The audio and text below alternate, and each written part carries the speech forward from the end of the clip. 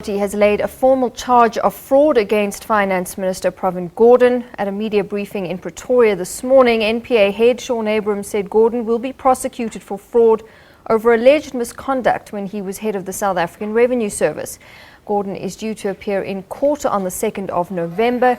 He's been facing claims relating to a possible breach of the Intelligence Act for being involved in the formation of the so-called rogue unit a decade ago at SARS when he was commissioner.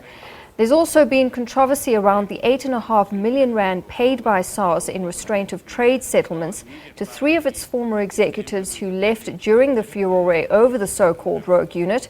The 18-month-long restraints of trade were paid to former Deputy Commissioner Ivan Pillay, who received 3.9 million rand, and to Group Executive for Strategic Planning Peter Richter, who was also paid over 3 million rand. The two men were implicated in setting up the unit and suspended by SARS Commissioner Tom Moyane in December 2014. They resigned in May last year after a protracted disciplinary inquiry. The terms of their packages were not disclosed at the time. The Acting Special Director of Public Prosecutions and Head of the Priority Crimes Litigation Unit, Dr. Turi Pretorius SC, has decided that Mr. Pillay, Mr. Magashula and Mr. Gordhan must be prosecuted and arraigned on inter alia the following crimes.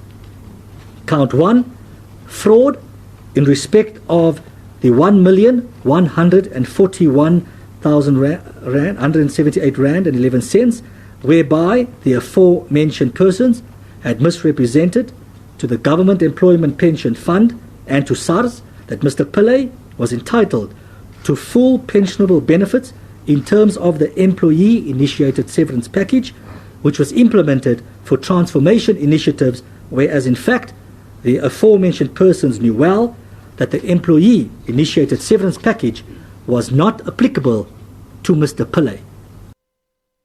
NPA head Shaun Abrahams speaking a short while ago at that briefing. But let's get more now on this. Our reporter Aldrin St-Pierre joins us live from Pretoria. Aldrin, good afternoon to you. So let's just clarify this, that this decision to prosecute Gordhan has got nothing to do with the investigation into the rogue unit. That investigation will continue, but the Finance Minister looking at charges of fraud. Yeah, well, indeed. The decision taken here by the NPA is to prosecute Pravin Gordhan based on approving the early retirement of Ivan Pillay. And of course, he has been charged with fraud.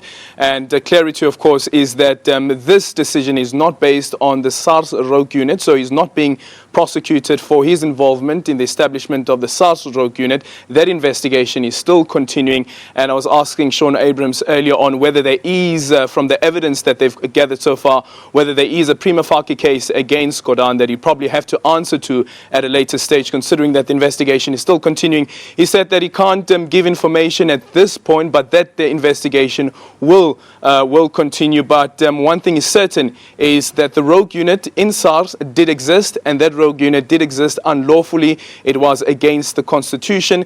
Pravin Gordhan has previously, in questions to the Hawks, has indicated that he has no information of any wrongdoing by the unit which was established and worked within the Hawks. And Pillay went through a list of issues that the unit has been faced with, or where, for instance, some of its members were recruited from the police, some from intelligence, and they didn't work from the SARS offices, but rather they worked from home as well as from their car booths. And something else is that they didn't have the normal SARS access cards. There's access cards that they used had the aliases and not their real names.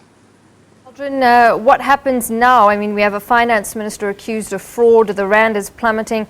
What will the presidency likely do, and what has the response been from the president? Well, quite an interesting political development indeed, taking into consideration this decision. And earlier on, when I asked Shaun Abrahams about whether he has spoken to the president about this decision to prosecute Pravin Gordhan, because remember that Pravin Gordhan is the Minister of Finance, which means that he is a member of the executive. He said that he spoke to Michael Masuta, the Minister of Justice, and it was Michael Masuta's duty then to inform President Jacob Zuma. There hasn't been a statement as yet from the presidency Authority with regards to this decision that has been taken. But what we do have right now is that we have a finance minister who's been accused of fraud, and the decision and the decision that many will be looking to is what President Jacob Zuma will be doing next. What is his next step? Will the president decide to suspend Pravin Gordhan and bring in an interim minister from among the members of the executive who will sit as an acting minister, or will he have to fire Pravin Gordhan? And then, of course, that will allow the reshuffle to then kick in. And many people are saying that we are expecting some surprises with regards to that reshuffle. Aldrin, I'm sorry, I have to cut in there. We've been told that President Jacob